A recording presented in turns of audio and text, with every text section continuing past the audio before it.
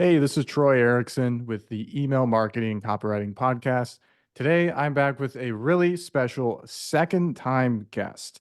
Now, I don't think this person was on the podcast last time, but we did do a YouTube video. And at that time, she was much earlier on in her journey. I want to say this was about 3 years ago. Talented marketer, very smart, but was just breaking into the world of email list management. Since then, oh my gosh, she has come very, very long way. Mary Laske Bell owns the Busy Bell.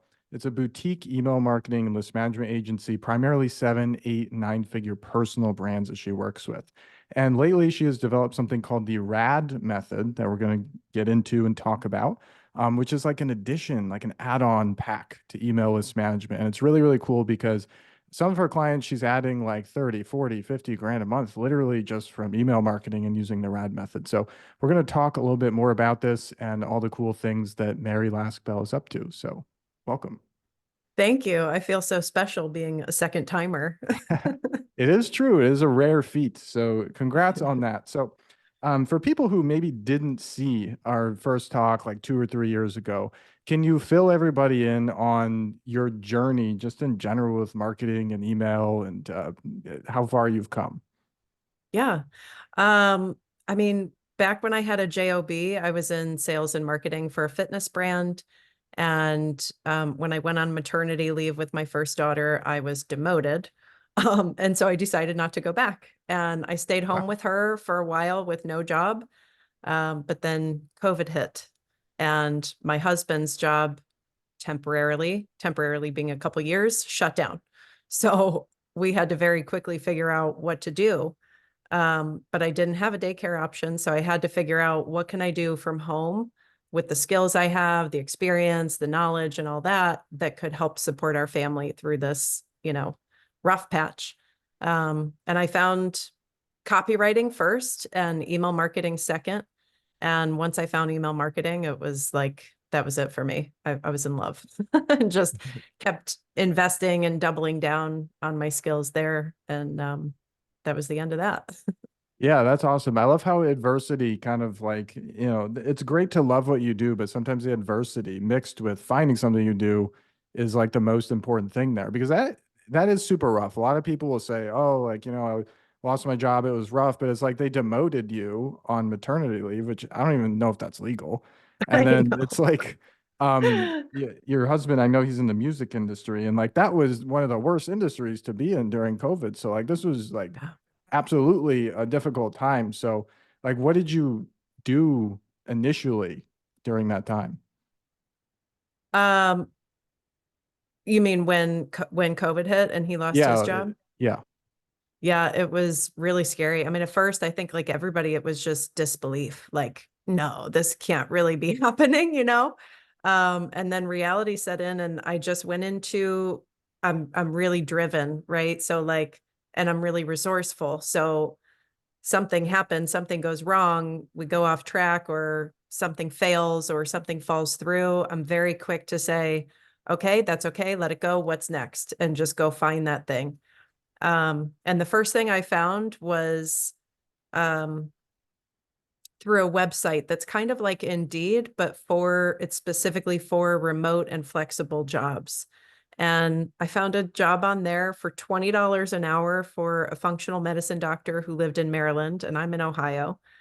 And I was just doing, like right hand man kind of stuff, everything she needed. And we built a course together, like a whole, not a course, a whole functional medicine program to put her clients through to help them lose weight.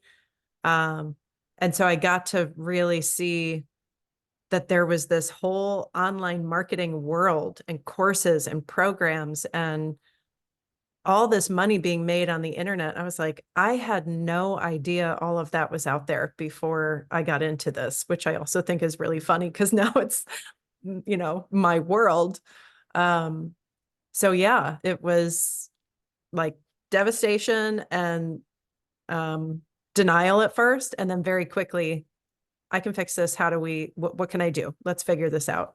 Um, and I never really, like, $20 an hour is not great, but I never think of, because my first gigs out of grad school were also super low paying.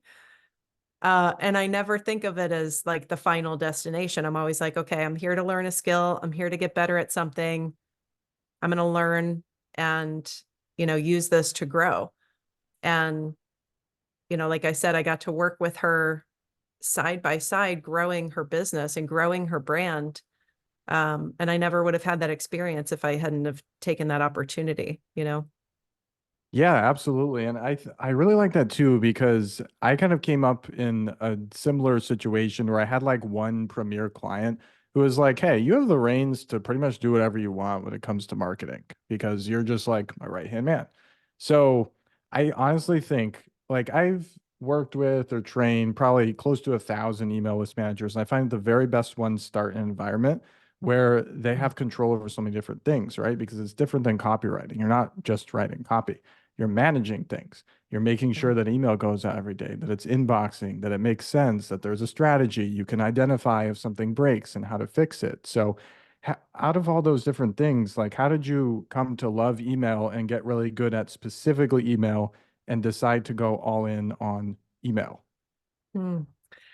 I think part of it is like I'm an extrovert. So being able to have that one-on-one conversation with people, I mean, yes, you're sending to a whole list, but the way you can really personalize email and make it feel like a one-to-one conversation and get people engaged to respond is really, that really interested me. Like we're not just making content and, publishing stuff out there. We're having conversations and hearing from our prospects exactly what they need help with and what they're struggling with. And so I thought that was really cool.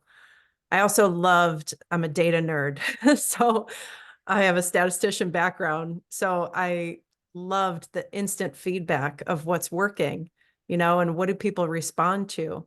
And I think I loved stats. I knew and understood stats before I understood marketing. And so to be able to merge them was really exciting to me. And maybe I could have gone off and done, media buying. That also would have been super cool.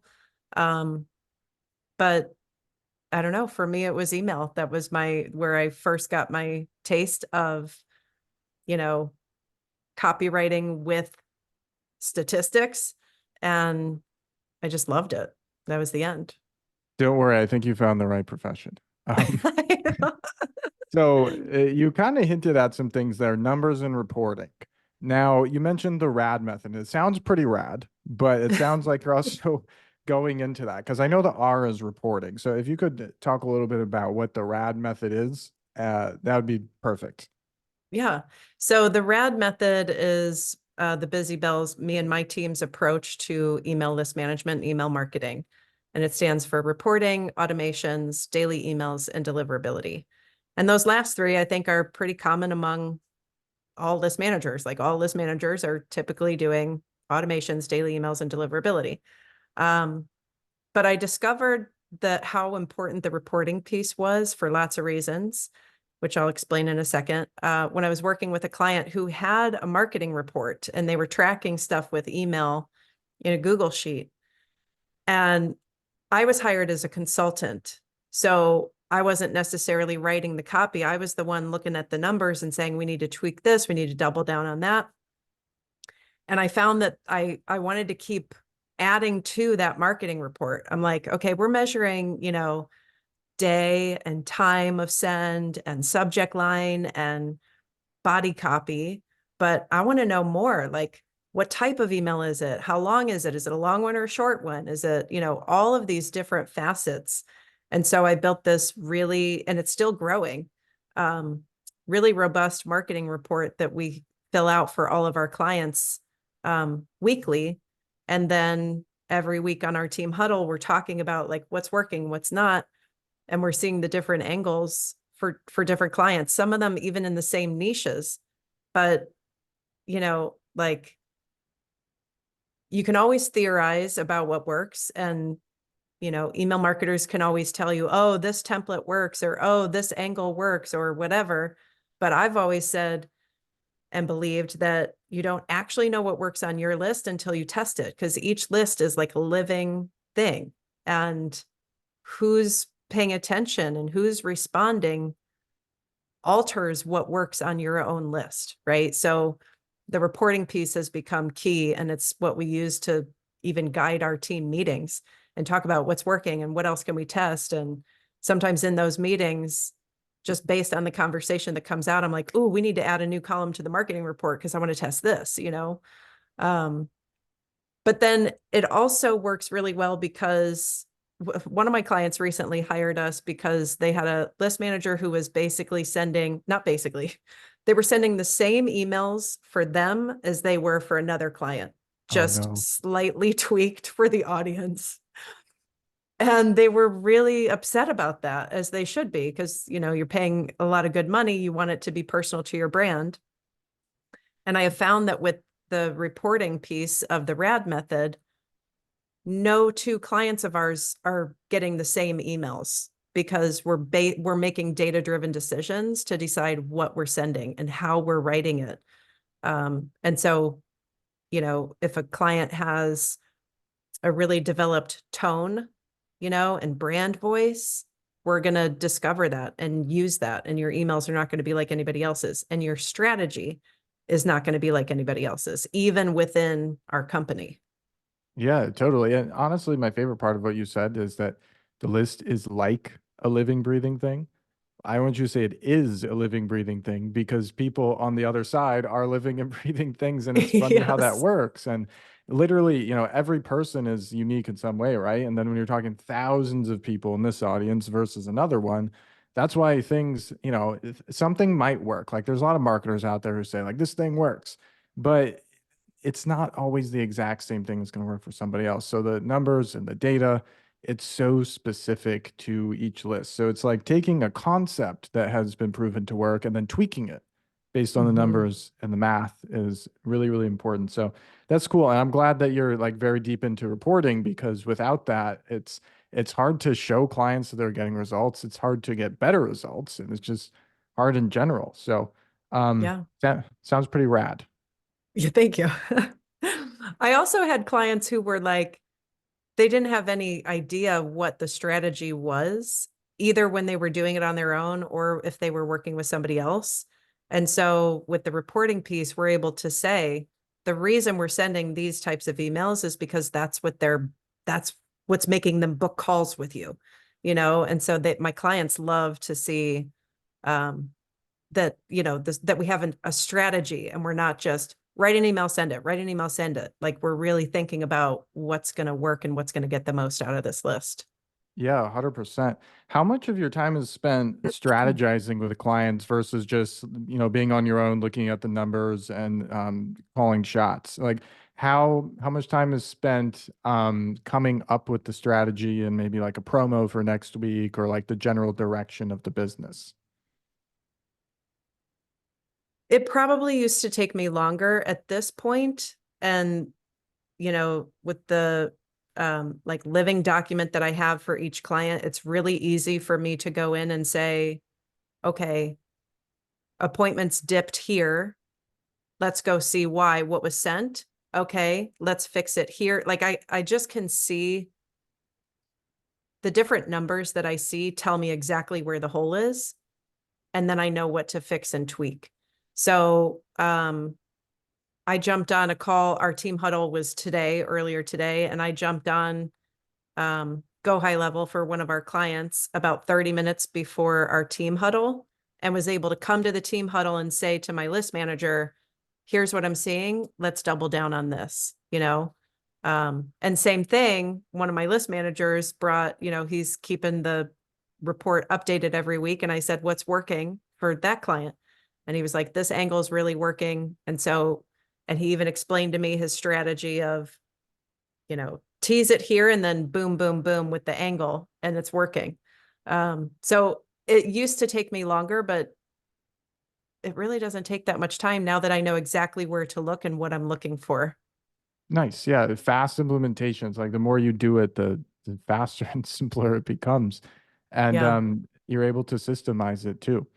I Now, would say the part that slows me down is like tech issues. yeah. That's the part that drives me nuts, right? And if I'm trying to complete a marketing report and I'm looking at or trying to get a, you know, ESP to work that isn't working.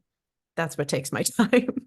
Yeah, But if it's I can definitely a access challenge. everything, yeah. Yeah. But if I can access everything and the numbers are there, I can read them very fast. The cool thing is in the email list management certification program, it's like interesting to watch and see like what different sub skill sets of copywriting or list management that people have. And we have someone on our team now who's like very good at solving tech issues, and she literally loves tech problems. I'm like, okay, good thing, because now whichever client has a tech issue, she can just figure it out and like doesn't even ask questions. She just knows the answer, it seems like. So it's amazing. That is on my list of hires, like goal hires. For anybody out there that's listening and is a list manager and loves tech problems, reach out to Mary. Please make yourself known. Now, with that being said, correct me if I'm wrong, but you were a one-woman band until, late last year, right? Yeah, I think April, for some reason, April sticks out to me as the first point in time when you were like, I came to you and I said, I'm having to put people on a waiting list. And you were like, no, no, no, I we're did. not I going was to like, do that.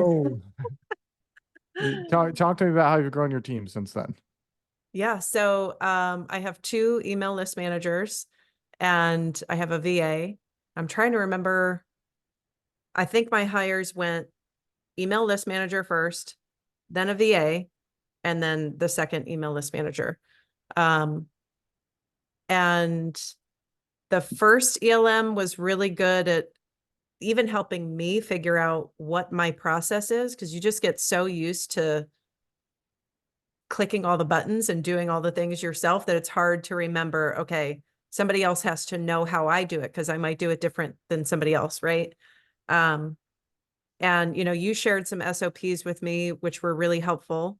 And then my VA came in and like customized those to, what our process is.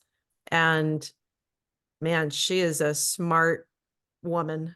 Like she can watch a 30-minute loom of me walking through something and make a 20-page SOP document that's super easy to understand and follow in like an hour. So Yeah. Yeah. That's epic.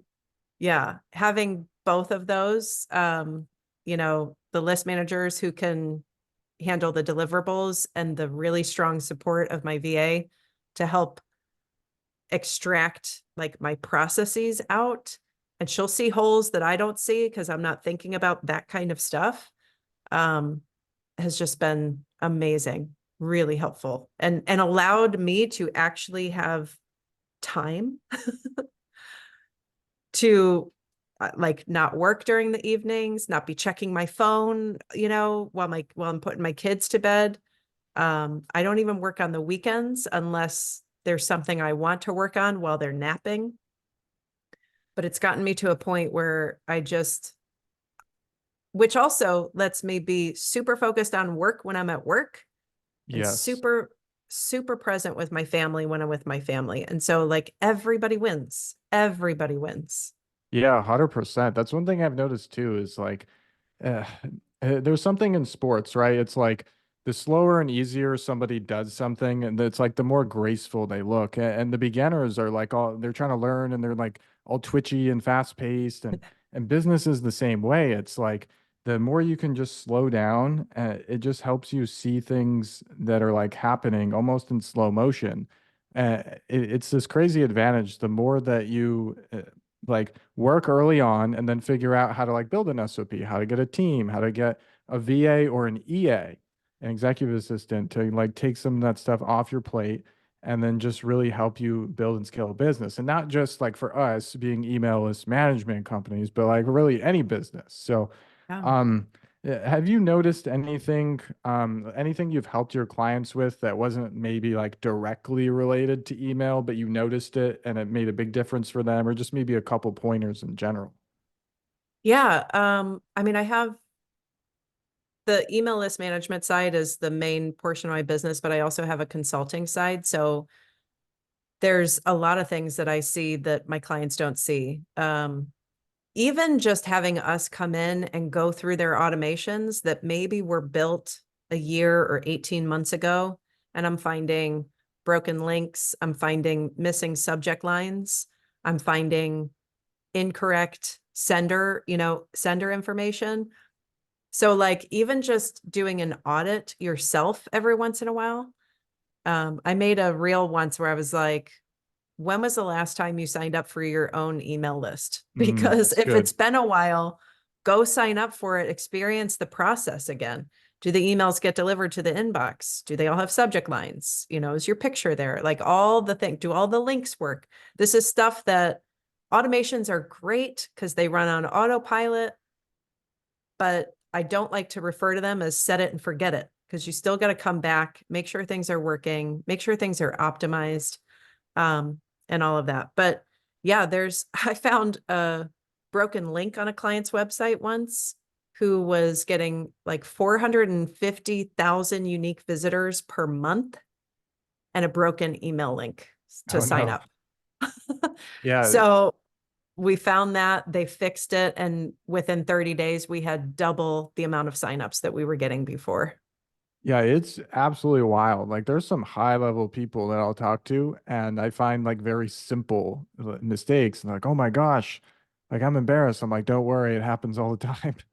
Yeah. So, I a had couple another client takeaways. too who she had been running a workshop for like 5 years of her business. Well, it's a couple different workshops, 5 years in her business.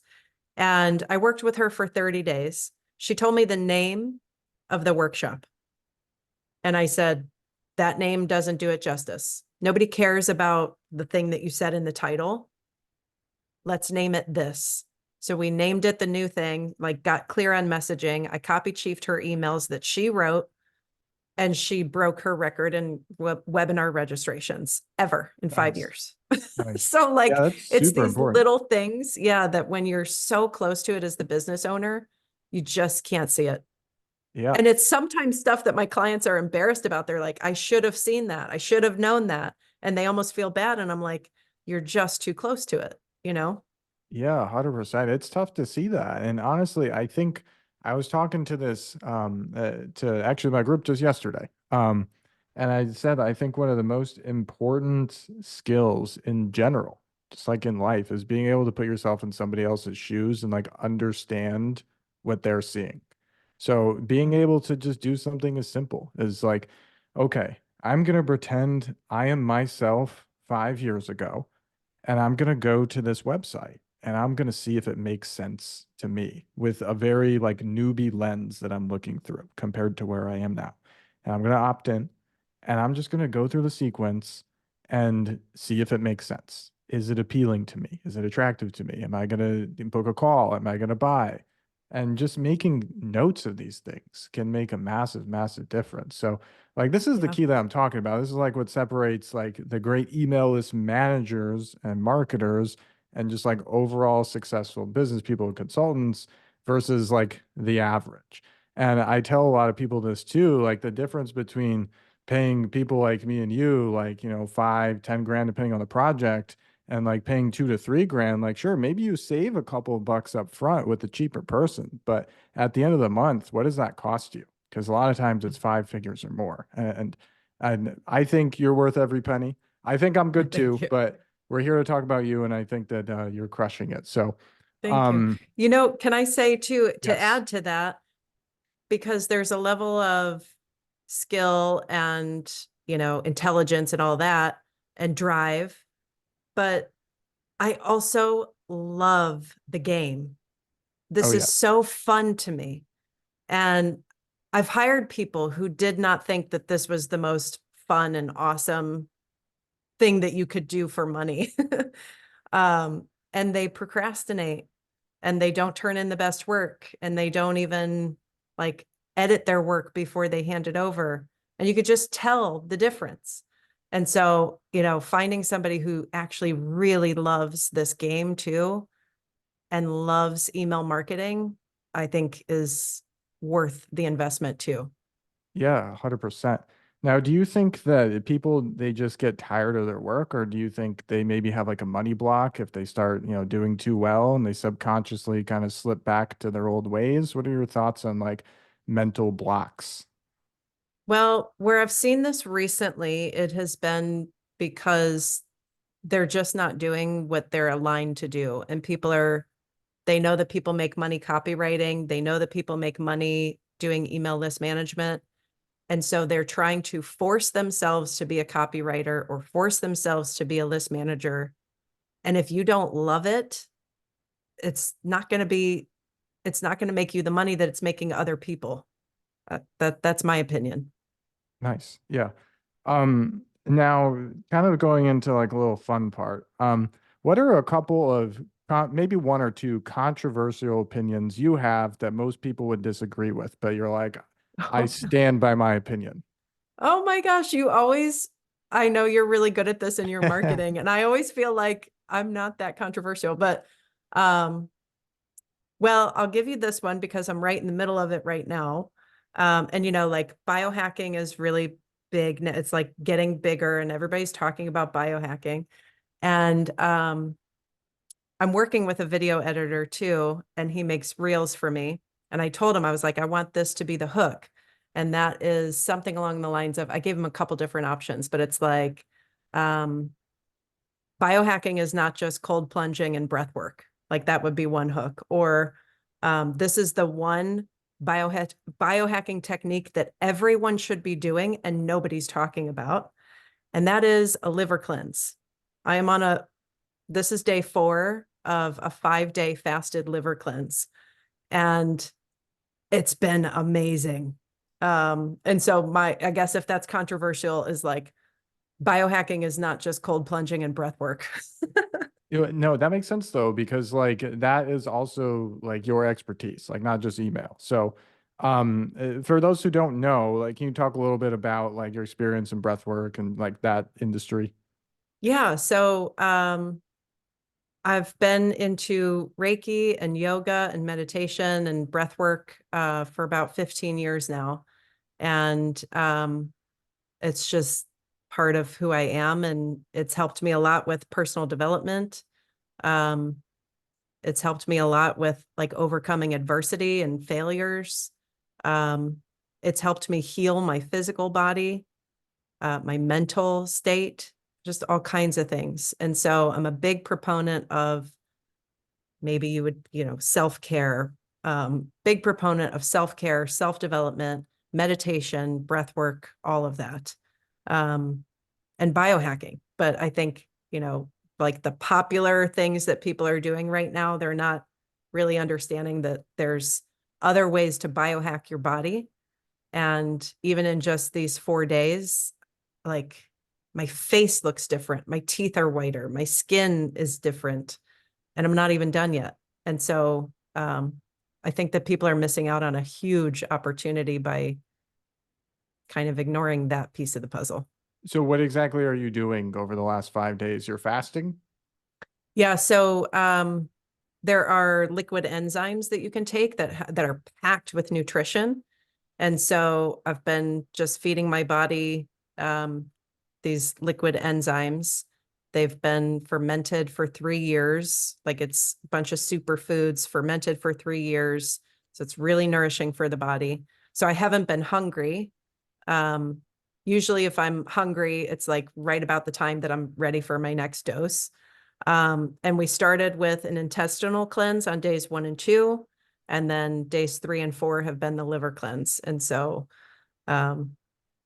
drinking the, olive oil and lemon juice to flush the liver, but that happens after you've done all these other steps to like clean out and refresh the body. Now, do you use something similar to the RAD method to track your results?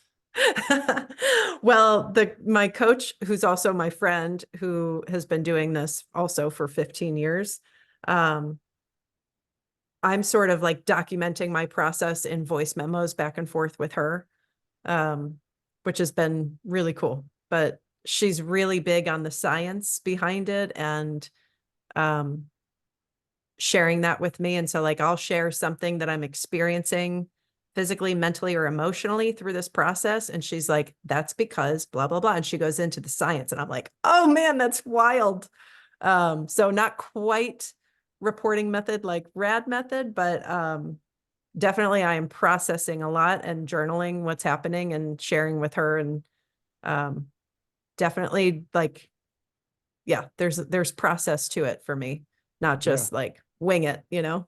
Yeah, a couple thoughts. So one, I think that directly aligns with, the RAD method, email list management. It's like the way your personality is, it's like you just can't go without tracking and like doing things the right way and Yeah. like being aligned and in your personal life as well. Yeah.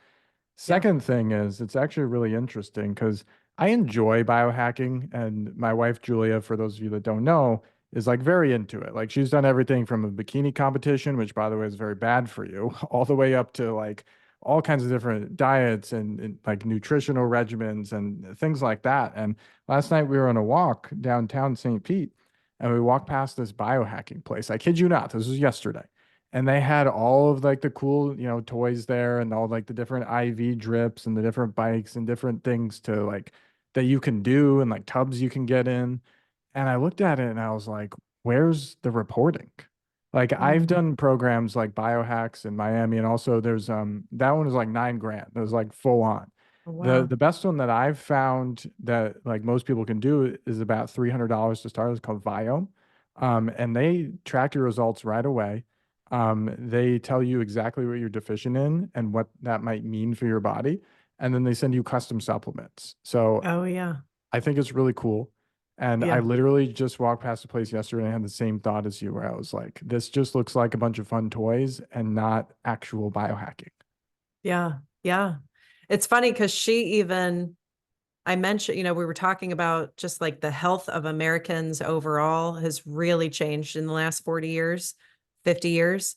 And she said, she kind of like poo-pooed biohacking. And I said, but you understand that this is also biohacking. Like this is hacking your biology to to make you like a superhuman, Like that's what people are trying to achieve with some of the other physical things. But this is all internal, and Yeah. it's wild. It's cool too because it's like I think this is the first time that I mean the world is always evolving, right? But this is the first time in my life that I've really felt like people are finally starting to accept the fact that you can do something to feel better. Like previously, like I'm young, I'm almost 28, but a lot of times, I'd post about like, oh, I feel good about this, and then, somebody comes in there, well, wait till you're my age, and frankly, I've had friends when I was younger, they were getting close to 30 and they're like, actually, I played basketball the other day and I'm starting to feel it. And different things like that. And thankfully, at least yet, I'm not noticing many issues. And I'm just really excited for people in general. It's like we're starting to realize that what you put in your body matters, not just food and drink, but also like supplements and learning what we're deficient in and knowing that there's certain ingredients just the food industry and the restaurant industry have used for a long time that are just really bad for you that you should avoid. Yeah. Yeah, So I'm excited for humanity, I suppose. absolutely. Yeah, and the liver is responsible for over 3,000 functions in your body. So if like hormone imbalances, pain, inflammation, all of this stuff is being regulated by the liver. And nobody ever, we don't do anything to help it. If anything, we only add things that hurt it, bad That's foods, true, alcohol, all this. And it especially took alcohol. me, yeah, yeah. And it took me losing my gallbladder to realize how big of a problem this was because I always thought I was super healthy. Um, and then I had an emergency surgery out of nowhere, lost my gallbladder. And I was like, Wow. what is going on? Um, and that's when she got me. She was like, you have to do this. Your body needs it. Yeah, 100%. Um, to go back to email marketing, and Yeah. thank you for getting personal with me for a little bit. I think that's always very, Yeah. very important. Um, to talk about just like you mentioned, like with the body, there's certain things that you might notice, or like a moment where like, ooh, like I need to make a change. What are Mm. maybe a couple of things that like, a business owner listening might be experiencing where they're like, oh my gosh, I should probably have Mary look at that. So one of the biggest things that people reach out to me about, well, there's two. One, and one doesn't really speak to this. It's like the person who has the initial sales funnel set up and they've made it to 7 figures, and then they're like, we don't have anything set up after that. And I'm like, oh my God, you're missing so much. But then the other is things are going great. They're making sales, they're booking calls, everything's moving. And then all of a sudden things start to drop and drop or plateau. And they're like, we're still building the list and we're not seeing the same results, or we're seeing even lower results. So like, what is happening? And that's when we come in and we look at the automations that they have set up and find errors, or we look at the copy that they're sending and we're like, okay, this is 18 months old. You didn't know who your client was back then. You were just winging it. Now you know. So now you like the copy doesn't match. It's not the right messaging. So we need to clean that up.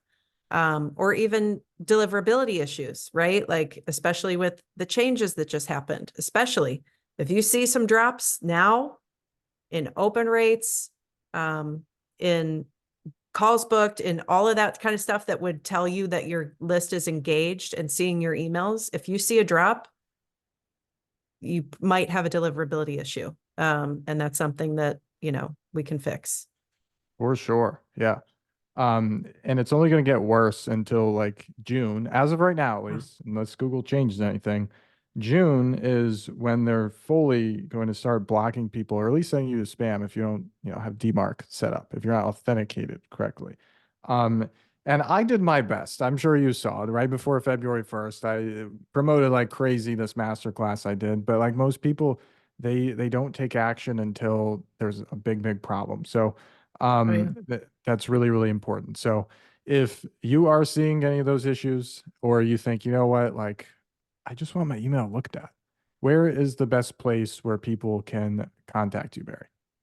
So they can go to my website, which is the Busy Bell. It has an E at the end, unlike my name. So the Busy Bell with an E at the end.com. And you can read a little bit more about what we do. You can also book a call there if you want to have a chat. I'm also on social media as Mary Laske Bell, Instagram and Facebook.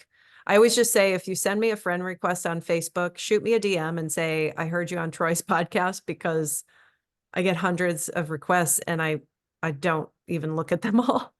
Oh my So gosh. shoot me a DM, and let me know where you found me so that I know you're, legit. Perfect. Well, Mary, thank you so much for coming on the Email Marketing and Copywriting Podcast. It's been a lot of fun. And I love when I can talk to somebody who can dive just as deep into email as I can. This was definitely the case today. Yeah, thank you. I had so much fun. Thanks for having me. All right. And thanks everybody for listening. Again, I'm Troy Erickson with emaillistmanagement.com, and we'll see you next time.